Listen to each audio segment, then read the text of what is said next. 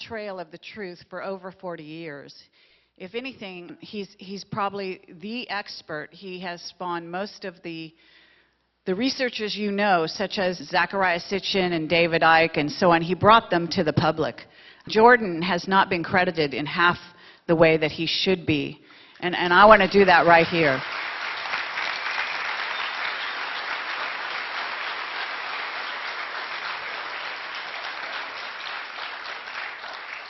And he's given some of our lead researchers some information, and they've never credited him. Okay, so you may think it comes from them and that they're so smart and brilliant. Believe me, they wouldn't be half the place they are today if it wasn't for Jordan Maxwell.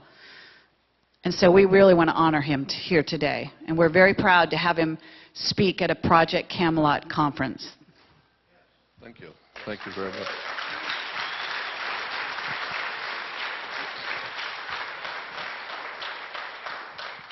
I think the one thing I'd like for you to take away from anything that I say today is this one point, that nothing in this world works the way you think it does. Nothing. The police aren't who you think they are. The sheriff is not who you think he is.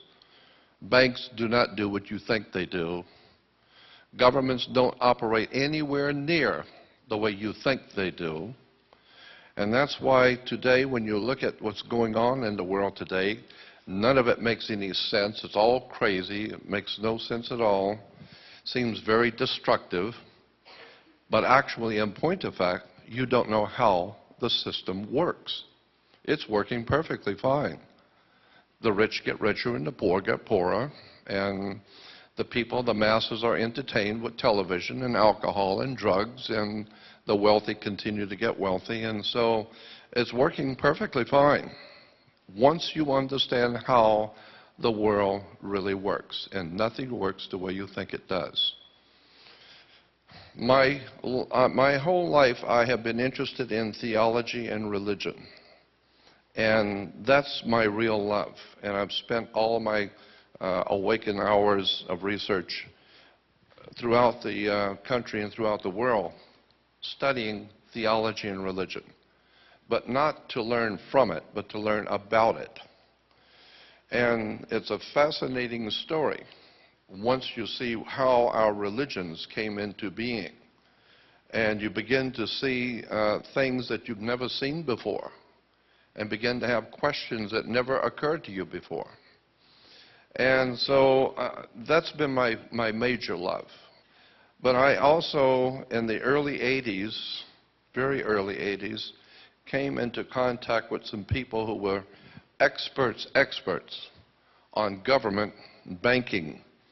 And I was in their company for many years.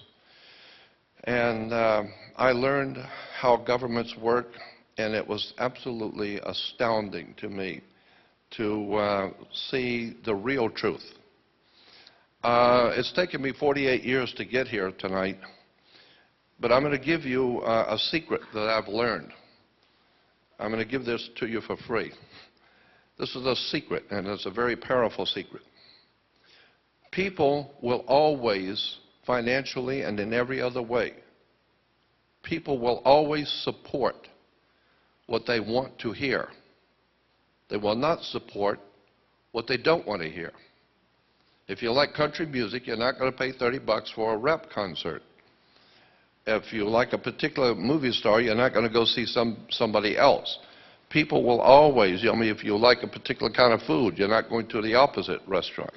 So people will always support what they want to hear. And the one thing around the world that the ancient peoples and anyone who has traveled and dealt with the public, you will find the one thing that people, generally speaking, do not want to hear is the truth. Nobody is happy when they have to be faced with the truth. And so there are some brave people, like maybe you here today, who are at least open to hear something that may conflict with what you believe or what you know, but at least you're truth seekers. That's what I have always been, as a truth seeker. I always say I'm not the world's foremost authority on anything, because I'm at least smart enough to know how much I don't know. But when you begin to break down how government works, banks work, you begin to see a whole world that you've never known. The word I use is occult. Occult simply means hidden. And this is exactly what is going on in the world today. Our governments, banks, institutions of education, etc., are operating on a totally occult or hidden basis. And so what we are told and given to understand is not the truth. Let me give you an example. How many people have heard me lecture or talk about the maritime system of commerce? Okay, so most people at least have heard about the subject. For those of you who haven't, I'll just give you some examples. When you go into court, why do you have to go to court? You play tennis on a court. You play basketball on a court. The whole idea in a court is to put the ball back in the other guy's court. So you have a team of lawyers, and they throw the ball back in the other guy's court, and that team throws the ball back in the other guy's court, and the judge is a referee. And he doesn't care who wins or loses. He's going to get paid anyway. So he wears a black robe. Black robes, most people never question, why do Catholic priests wear black robes? Kids that graduate from high school wear black robes. Judges wear black robes. Rabbis wear black robes, because black robes represent the planet Saturn. They are a symbol for the planet Saturn. Saturn was called by the ancient people Lord of the Rings, and Saturn is Lord of the Rings. This is why women were told in the ancient world to listen to their God, and the concept was they would wear an ear ring.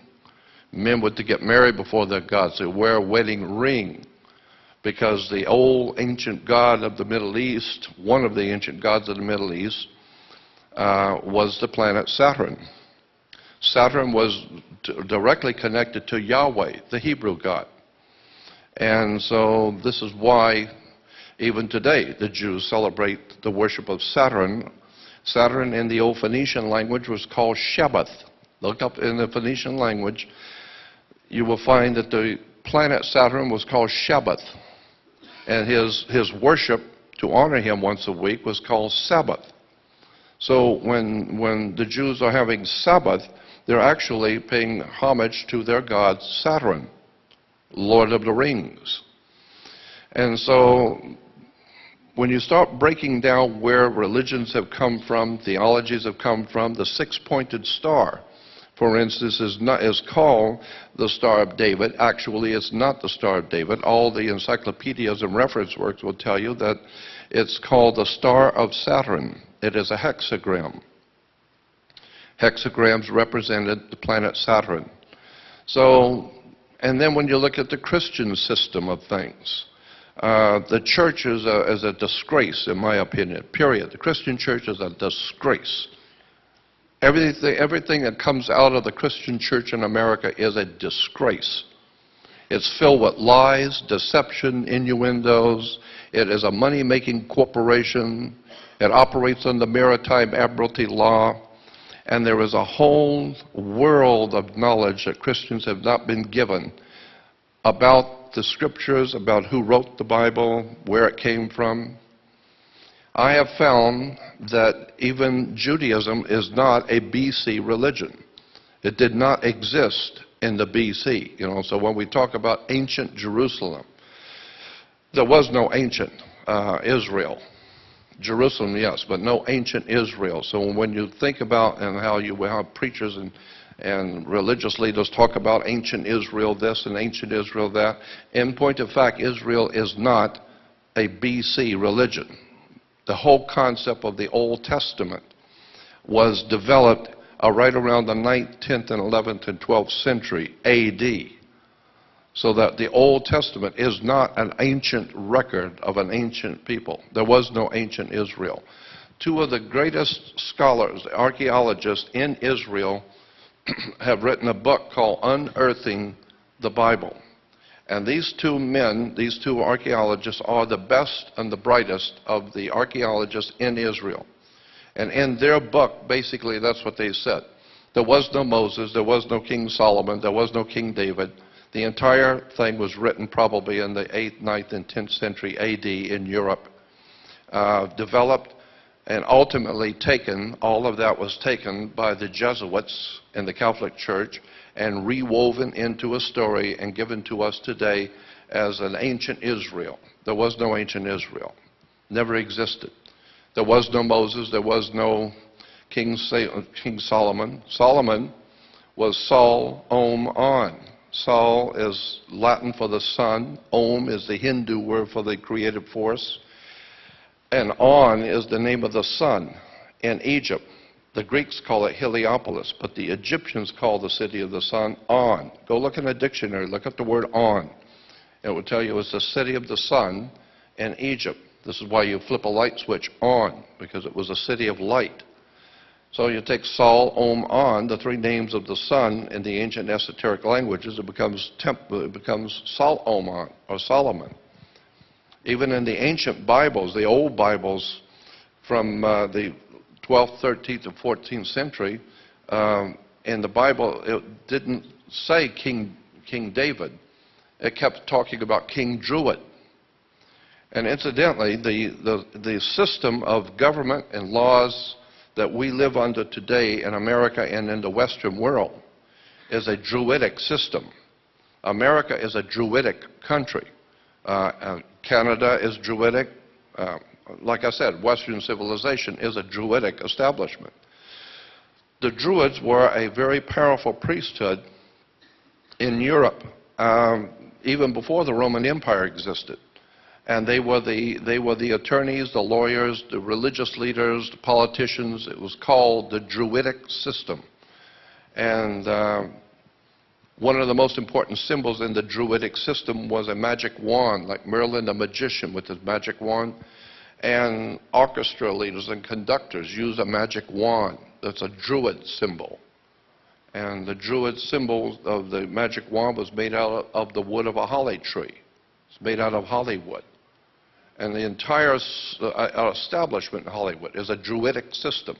So if you don't understand Druidic symbols, you'll never know what's going on in Hollywood and where they're being financed, who's financing them, and how this stuff really works in relation to government. There's an enormous amount of material out on the web showing pictures from motion pictures from 5, 6, 7 years before 2000, before 9/11, in which 9/11 is in motion pictures. And the original film of Matrix, in the original Matrix movie, the star is giving some kind of an affidavit to sign, which is his identification or something. And the camera zooms in on it for just a moment when he's signing it. But if you stop the film, stop it and back it up and zoom in, you will see the document is about something that is going to happen. It says September 11, 2001. And this was way before September 11, before 9/11. Chris Carter, classic example when I'm talking about Hollywood. Chris Carter, the creator of X-Files. When X-Files ended, Chris Carter, the producer, started a whole new television series called The Lone Gunman. And the very first movie was a lead-off movie for the new television series. And in that movie, that came out right around February or March of 2001. February or March of 2001, Chris Carter's new television show called Lone Gunman was started on Fox television. And in the very first episode, it's talking about how factions within the U.S. government were going to fly 757s into the World Trade Center and lock them down purposely. And in the movie, you're seeing the planes going into the World Trade Center. That was back in, 8 months before it even happened. Chris Carter is telling you something in the movie. And in the movie, they ask, well, why are these people in the government doing it? And one of the guys in government said, because we need to control the Middle East, we need to control the oil flow, We need to have a dominant place in the Middle East so that we can promote wars, which is good for business. But that's in a movie. And it shows the planes going into the World Trade Center.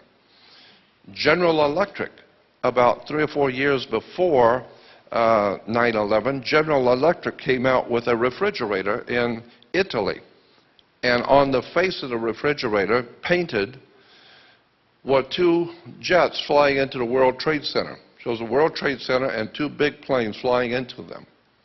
And I have many, many pictures from Hollywood showing 9/11 jets flying into the World Trade Center. So all I'm saying is that Hollywood knows what's going on. And this whole thing is being orchestrated from behind the scenes to knock down the World Trade Center. I mean, and the day it happened, I became so depressed, I just dropped out of speaking. I no longer toured, I no longer did radio, I no longer talked to anyone, and I've been out of commission for many years because 9/11 just shut me down. As far as I was concerned, I was through with America. I'm through with all of it. Because in any country that can buy 3 high-rises falling down into dust and not ask any questions about that, I just gave up. I thought, you know.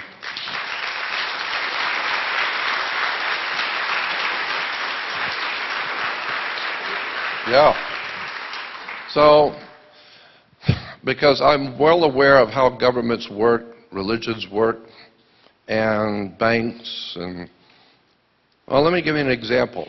There are only 2 things on the earth, land and water. People live on land. So the law of the land is the law of people who live on land. That's why it's called the law of the land. But the law of the land is different in every country, because it's the law of the people who live on the land. But you can do things in Russia you can't do in America. You can do things in South Africa, but you can't do in China. So the law of the land is different in every country. But the law of water is the law of money, the cash flow, the liquid asset. and I'll give you an example of how this works. Because when a ship pulls into harbor, it's coming in on water, and it's going to bring products. And so all ships, by law, must be female. This is why you will always hear captains saying that she is a good ship.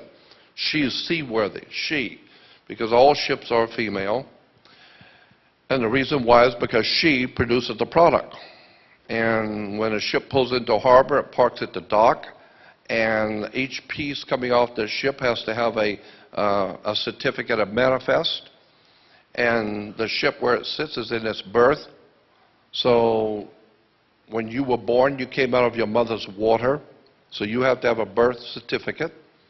And it's signed by the dock. And if you drop the car or the television, it's a stillborn, so you have to have a death certificate. So your body, as a matter of fact, your body is a security on the New York Stock Exchange. If you take your Social Security card, and I'm not going to talk much more about this because there are other things I want to talk about, but this I think is interesting.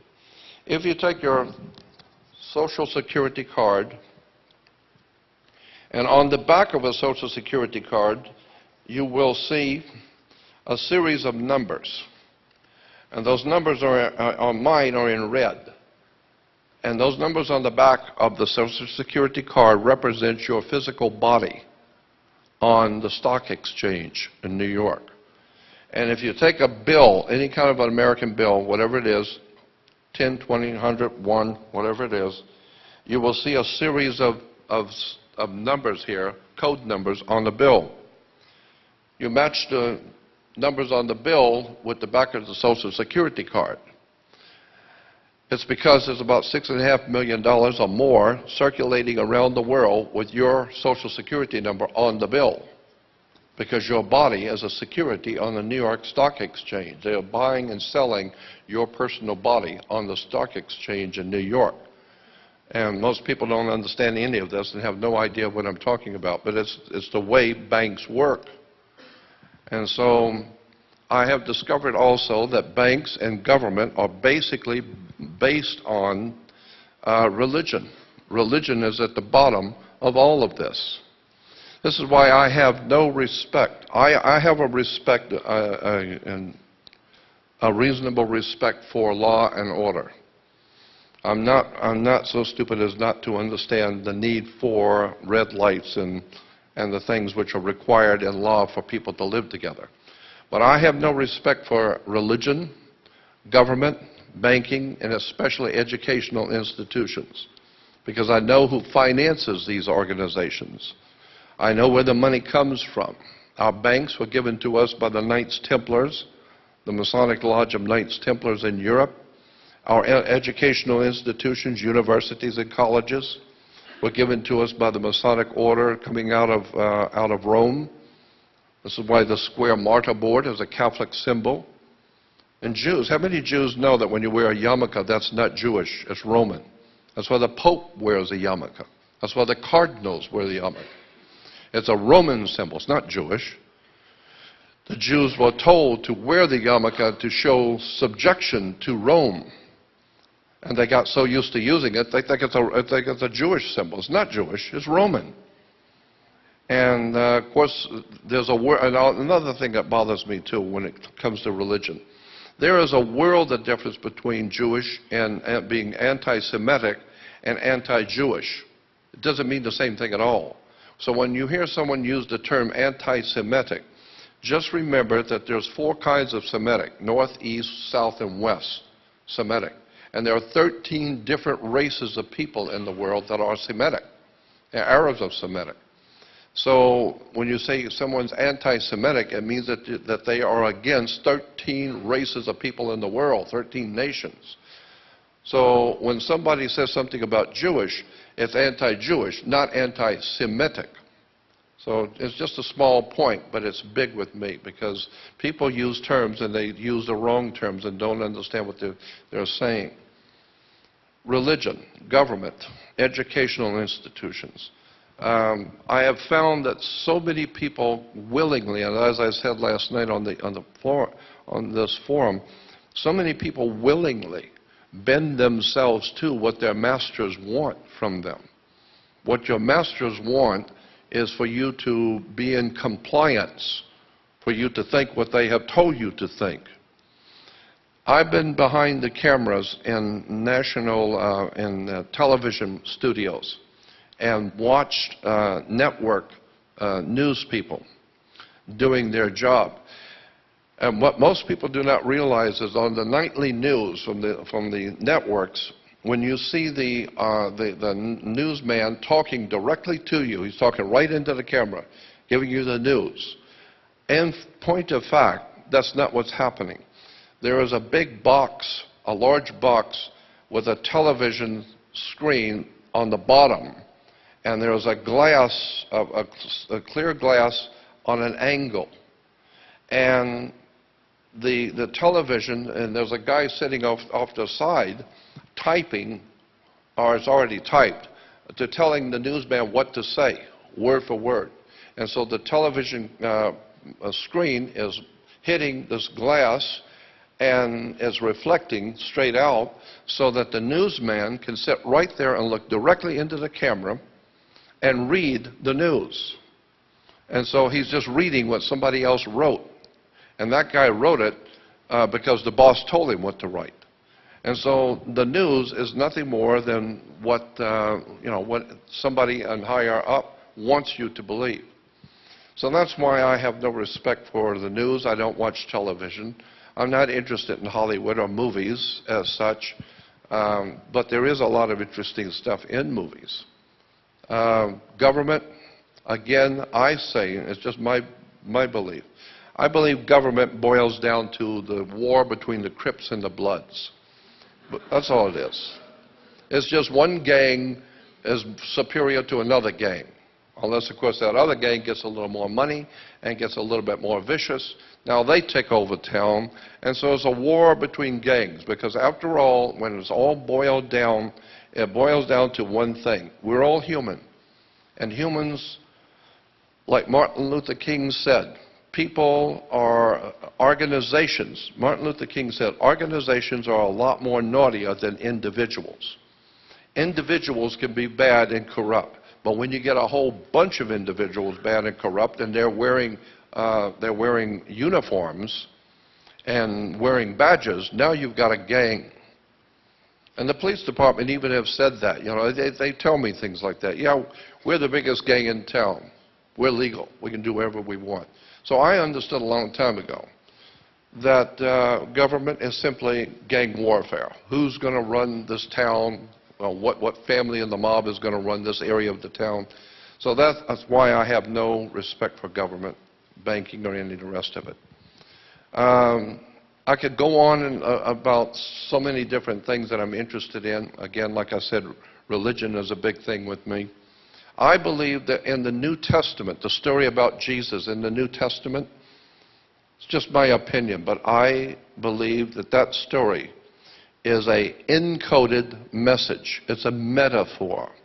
It does not represent history as such, but it is a very powerful encoded story. And if you understand the symbols and the words that are used in the New Testament in the story of Jesus, and understand that the entire story is a metaphor, you read between the lines and begin to see that there's symbols and ideas are being expressed, and you didn't even see it. A classic example is, why did Judas go out and kiss Jesus? Just an example. In the Bible, we're told that Judas went out and kissed Jesus. And Christians will tell you, well, the reason why he did that was to identify him so that he could be arrested. No. Logic alone would tell you that's incorrect, because Jesus would not have been living in the south side of Chicago or in the north end of New York.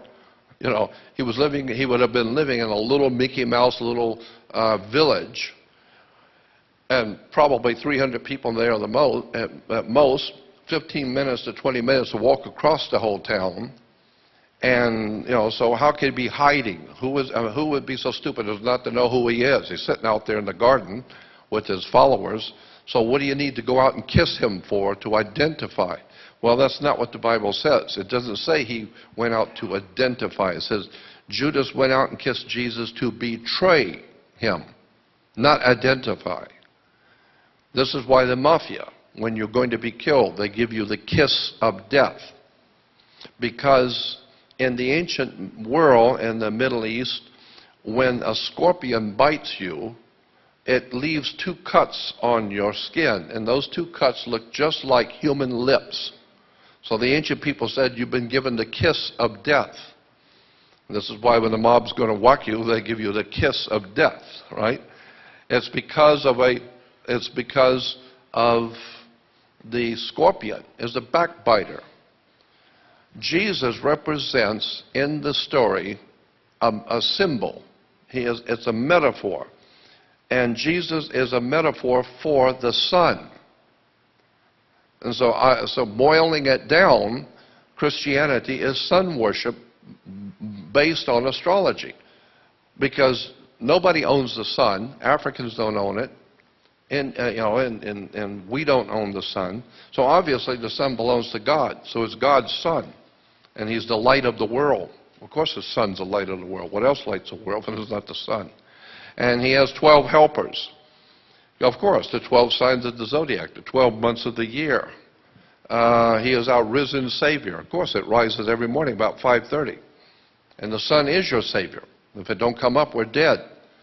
So once you start breaking down the symbols in the New Testament, you begin to see that Christianity is basically astrology and sun worship. But it has been so well hidden and so cleverly disguised. And once you start breaking it down and reading the whole story, it becomes overwhelmingly obvious this is what we're talking about. He has a virgin birth. He's born of a virgin, of course. Virgin birth because one of the constellations of the zodiac is Virgo, Virgo the Virgin. Let me give you an example of how this works. On the first day of summer, the very first day of summer, the sun is as high in the northern hemisphere as it's going to go. It doesn't go any further north. The first day of summer, the sun is as high in the northern hemisphere, and it begins to work its way south. And each day it moves 1 degree. And as it moves 1 degree each day, 90 days later, or 90 degrees later, it's halfway down. So now we say that the sun was the lion king in summer. The lion king because the sun was in the constellation of Leo, the lion king from Disney. But then as the sun moves southward, it finally hits Scorpio. So God's sun was really hot. He was the lion king, but now he's falling. So now we call it fall because he's falling, and he's falling south. So it moves into fall in Scorpio. This is why Judas gives Jesus the kiss of death, because Judas represents Scorpio. And Scorpio gives the God's Son, the light of the world, the kiss of death. And now he's going to die in Capricorn. He's going to die and go all the way down. But what's interesting about this is that the sun goes all the way down south until it hits what is called the winter solstice.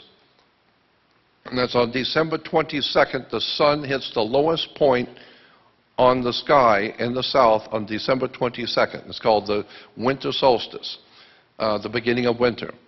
And for 3 days, the United States Navy will show and explain it to you that the sun comes up for 3 days, 22nd, 23rd, and 24th, on the same degree. It doesn't go any further south, and it doesn't come back north. But on the same degree that it was on December 22nd, the sun rises the next 2 days, 23rd and 24th, on the same degree. So the ancient people said that the sun was alive. He was the lion of the tribe of Judah, Leo.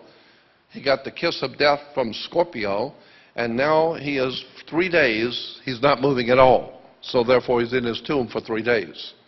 Then on the 25th of December, the sun moves 1 degree northward. And you can calculate that as the Navy does. You can calculate. It's very slight, but if you got the right instruments, you can see the sun move 1 degree northward. Therefore, it came back to life. So now we celebrate God's Son being born again. He's born again. When? On December 25th. So we celebrate Christmas, or Christ's Mass. But as the sun moves back toward the northern hemisphere, it crosses over the equator at spring. Because he was dead in winter, now he's springing back to life. So as he comes back to life and crosses over the equator, there was a celebration called the Passover, because the sun has passed over the equator, coming back to the northern hemisphere. And so today we even say when someone dies, we say grandmother passed last night, grandfather passed away, or they passed on. But always past was associated with death. So God's Son has passed over the equator. So once a year, around the world, the Jews celebrate the Passover, which is nothing more than the sun passing over the equator. And Christians, of course, cannot do that because that's Jewish, and they wouldn't want to have anything to do with the Jewish celebration. So Christians have a totally different celebration. They call it the resurrection of God's Son. And so they go out on the Passover and go out and have something called the Easter sunrise service. So you actually have Christians going out and waiting for the sun to come up for something called a sunrise service. I mean, what is that all about? Christians are worshiping the sun. And then when you start looking at how the word S-O-N and S-U-N are interchangeable in Christianity, and God knows there's a lot of information on that. So that basically you boil down Christianity as sun worship, as astrology. Old Testament is astrology. Sun worship. Yahweh, as I said, was associated with the sun and the planet Saturn. Let me give you another example about the ancient religions of the world. Moses was a lunar deity. Moses was a leader of the moon cult. This is why in all the paintings and sculpturings in Europe, you will always see Moses wearing horns. You ever seen that? Moses wearing horns. It's in the Vatican. It's in all the museums of the world. Why is Moses always pictured with horns? Because Moses was a leader of a lunar cult, the moon worshippers. So at one time, the Jews were worshippers of the moon. And that time, a period of time, we call the period of Moses. This is why, and why? It's because the Native Americans, their chiefs wear horns. The Vikings wore horns. because all of these cultures, Native Americans, Vikings, and the ancient people of the Middle East, worshiped the moon. The moon, of course, in the lower quarter was the horns, and this is why they wore horns. In Arabia, there's a high mountain range in Arabia. And at night, from the Egyptian side, the moon comes up in the east, and it comes up from a mountain range. And so the ancient peoples believed that the moon was a god, and it lived in the mountain. And there are religious celebrations of the old man of the mountain, the moon god. And in the ancient Arabic system, the moon god was called Sin, S-I-N. That was his name. The moon god of Arabia was Sin. And a mountain in the ancient language a mountain was spelled Ai. So you take the mountain Ai with the god who lived in the mountain, the moon god, Sin, and put it together, it becomes Sinai. So you get Moses goes up into Sinai. No, it's Sin Ai, the mountain of the moon god. And this is why Jews have their celebration after sundown, because that's when the moon comes out. They don't have the celebration during the day because that's when the sun's out. So that's the time for Christians to celebrate God's Son. The Jews are worshiping the moon god, Sin. So I don't intend to, I'm not trying to offend anyone, but I'm just trying to tell you where religions come from. Religions have been given to us by the same people who gave us our government, our banks, our educational institutions, our whole entire ruddy system in Western civilization is based on religion, politics, sex, drugs, and rock and roll. It's just business. It's just money. It's just to control the people. And if you think it's crazy when I say sex, you have no idea in the world how sex plays a part in everything. The very fact that a man wears a black robe, that's a feminine dress. And God, there's so much you could talk about with this subject of sex in religion. The whole thing is based on sex. The cross is a sexual symbol. Even in Egypt, the Egyptian obelisk is like the Washington Monument, for instance. The Washington Monument is an Egyptian obelisk. An obelisk represented a male phallic in the erection. And the male phallic is connected to the female ovaries. It's called the Oval Office. Right? And the water strip is her water. And so when her water breaks, the male phallic connects to the female ovaries. The Oval Office. Sexual symbols everywhere. A six-pointed star, star of Saturn. So the point I'm making is that our institutions around the world, especially in Western civilization, are based on symbolism, lies, deception, manipulation of our thinking, and somewhere along the line, if you're really looking for truth, and most people aren't, like that movie when who was it? Tom. Yeah, in the movie. Anyway, the kid says he wants the truth, and the other guy said, you can't handle the truth. Yeah. I believe that's exactly right. I don't think that the world of mankind can handle the real truth about how the world really works. I said last night that I believe that democracy is the very worst possible form of government on the earth. I don't think you can get a worse government than democracy. And the reason I'm saying that, I can clarify it now. First of all, demos in Greek is a mob. That's why a mob is out in the street with plaques and ranting and raving. We call it a demonstration. A demonstration is a mob of people. And so democracy is the rule.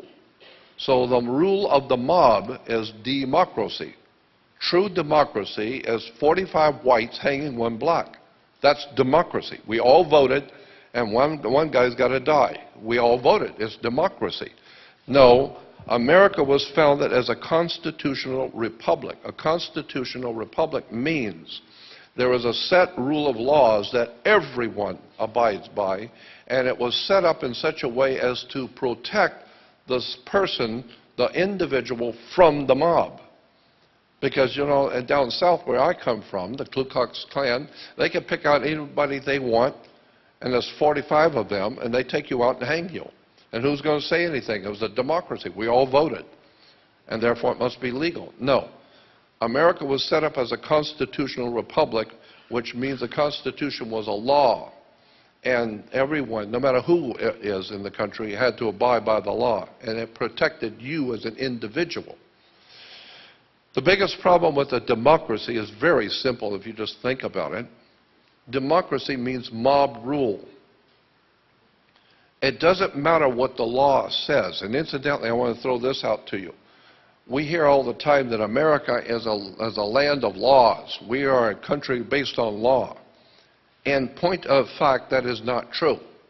In point of fact, it is just the opposite. America is the most lawless country on the earth, period. There is no law in America. Think about that, what I just told you. There is no law in America. What we have here is whatever the judge says it is. And whatever the judge says it is, that's what the law is. If you go to a different court and the different judge of the same identical information, facts and figures, will maybe give a different verdict.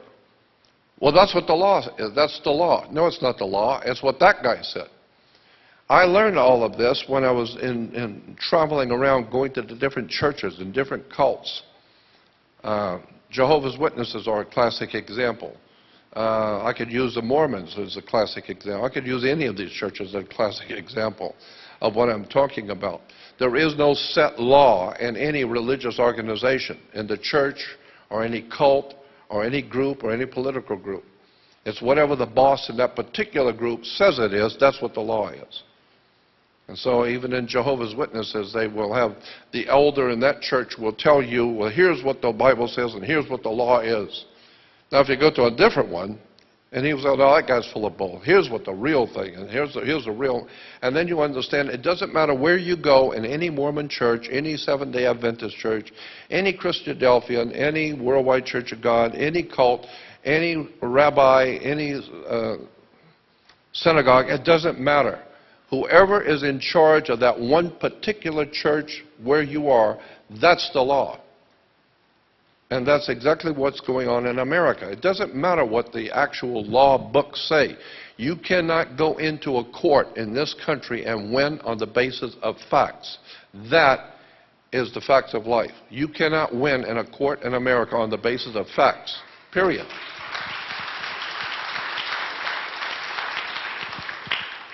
The judge don't give a damn about the facts. He's the boss, and in this court, he calls the shots.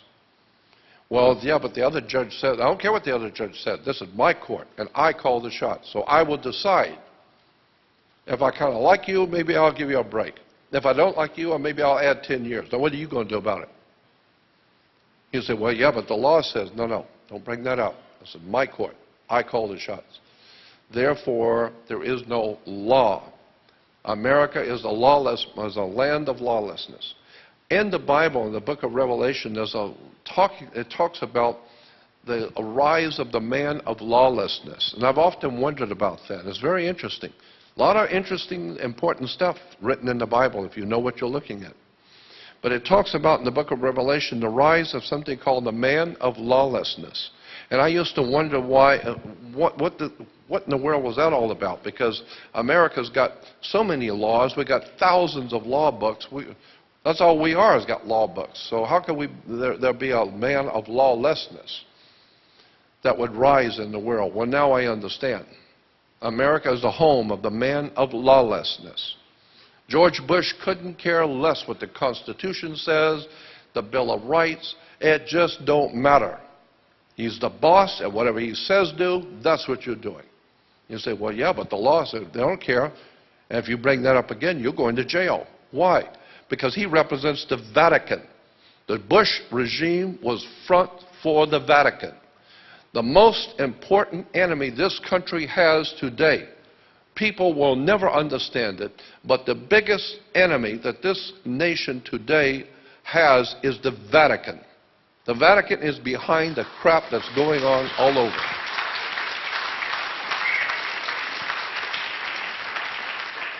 What do you think the founding fathers, whatever we call them, the founding fathers, where did they come from? The people who founded this country, they came from Europe. Well, 2,500 years, Rome, under the Caesars of Rome, and then after the fall of the Caesars in the 4th century, and with the coming of the Vatican in the 5th century, all of Europe has been dominated for over 2,500 years by Rome. And Europe has dominated the world for 2,500 years. So I'm saying that if you want to find out who the real enemy of this country is, you better start looking at the Holy Father. And you better start finding out the connection between the Vatican and the Nazi Party of Adolf Hitler. Thank you, Jordan. I'm sorry, we have very limited time, so we have to let David Wilcock come on stage now. And I'm just getting warmed up. I know you are, and God bless you.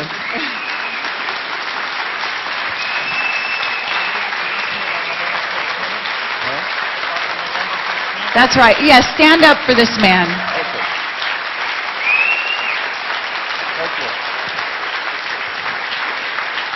I thought I was bored with it. Thank you, Jordan. Thank you. We'd love to do a Camelot interview with you, Jordan. I'm saying that here in public on stage. Anytime. I want to add one more comment quickly. When you hear people talking about Jewish conspiracy, Jewish this and Jewish that, it's Vatican, not Jewish. Thank you very much. Thank you so much.